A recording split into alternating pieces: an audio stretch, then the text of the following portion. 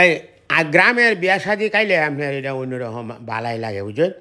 আপনি আর ইয়ে হলেন না যে ঝামেলা হলেন না যে একটু খাইতেছি একটু দূরা বাজান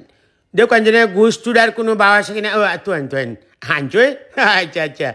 না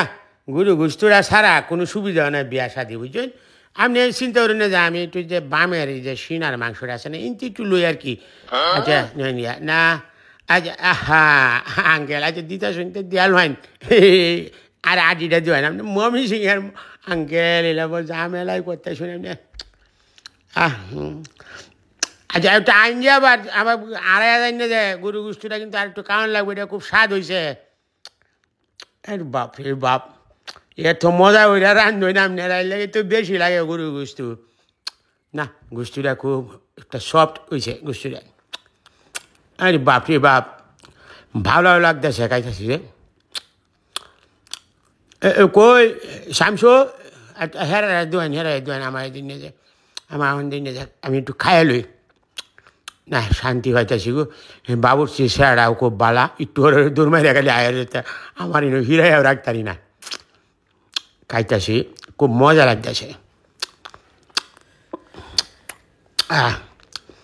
না সিনা লাগাইলাম আমার ভাগ্য হয়ে গেছে ওই একটু খালি আমার দেখুন জানে একটু খালি হৌরাটা দেন হ্যাঁ দেন না যে আপনার হৌরা চাইলে দিলেন গুস্তু আপনার লুকটা তো আরে মানিক ভাই তোমার কন লাগতো না তুমি একটা মিয়া তোমার বিয়ার সময় আইতারছি না বেড়া আমার তোমার হ্যাঁ শ্বশুরবাড়ির বহুদিন ধরে আইসি খাইয়ে দেয়াম সেই উসলটাও তুলে আলবাম না স্বাদও লাগতেছে রাঁচুন যে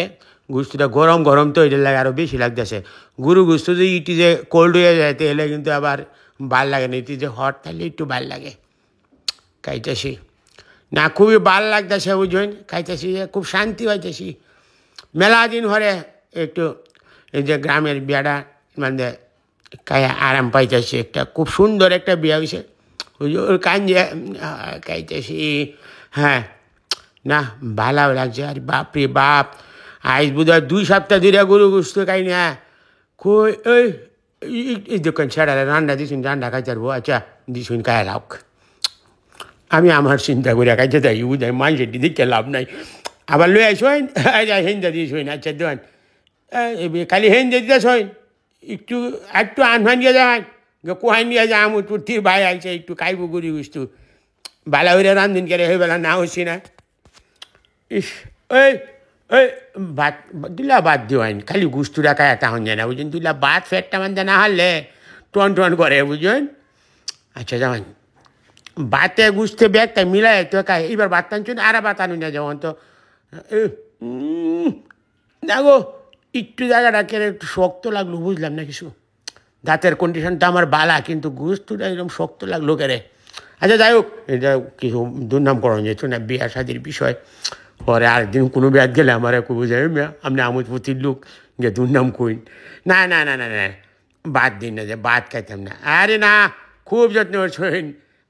চিলা ভাত লয় না না না আরে মানে ভাই না না আগে একটা টান দিলাম অন্যের টানটাও সুবিধা হতে পারলাম না বুঝলাম না কিছু দাঁতের হেরে যা হামায় হেরে 20 কইতেছি 50 ইয়ার্স ওল্ডে আসি তো একটু সমস্যা হয় কই দোকান জানে আর লেম্বু হ্যাঁ দেওয়ান লেম্বুরা কার কাছে দেন কাজিরের কাছে লেম্বু দেওয়ান ডাল হয় একটু ফিনিশিং হয় আসছি তো ফিনিশিংটা ডাল না দিলে আবার একটু সমস্যা হয়ে যায় বুঝছেন বিরাট ঝামেলার মধ্যে হয়ে গেছি না ডালটা তো খুব ভালো ডাল আনছেন